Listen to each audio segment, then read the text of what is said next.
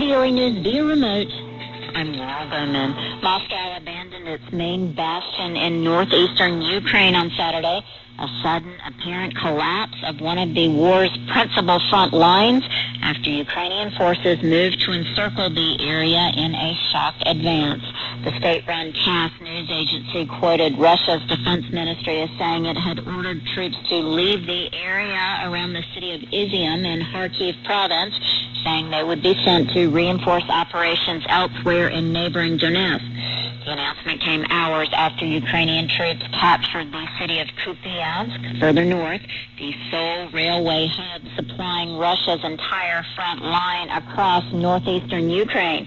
That left thousands of Russian troops abruptly cut off from supplies across an entire stretch of front that has seen some of the most intense battles of the war. Ukrainian forces have recaptured dozens of towns and villages held by Russia for months since bursting through the front line earlier this week. Izium's sudden abandonment marked Russia's biggest battlefield defeat since its forces were made to abandon their assault on the capital Kyiv in March. In an overnight video address, President Vladimir Zelensky said at least 30 settlements had been liberated in Kharkiv region during the advance of recent days. Charles III is officially proclaimed king to a trumpet fanfare at a centuries-old ceremony, a day after he pledged to emulate his late mother, Queen Elizabeth II, and serve Britain and the Commonwealth for the rest of his life. And a stream of mourners lay flowers and tributes outside Buckingham Palace as it becomes the focal point of a country grieving the death of the Queen. For more stories, visit voanews.com. This is VOA News. France, Britain, and Germany on Saturday vented their frustration at Iran's demand and talks to revive its 2015 nuclear deal. That demand is that the UN nuclear watchdog close a probe into uranium particles found at 3 sites. The 3 countries added that the demands were jeopardizing the talks.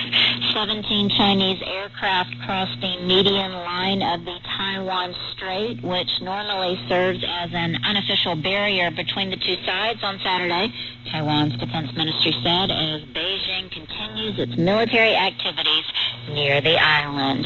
Rwanda may provide logistical support to help Benin tackle a worsening Islamist insurgency that is threatening parts of the West African region, a Benin government spokesperson said on Saturday.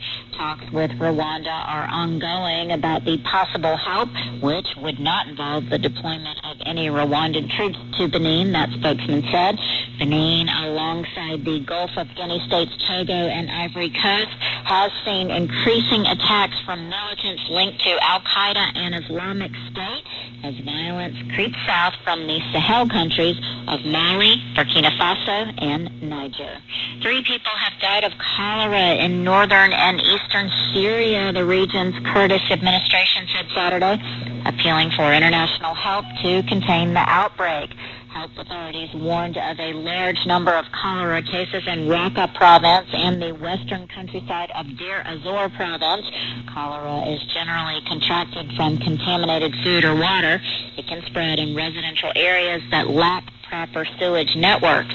The Kurdish administration called on international agencies, especially the World Health Organization, to provide necessary support to limit the spread of the disease.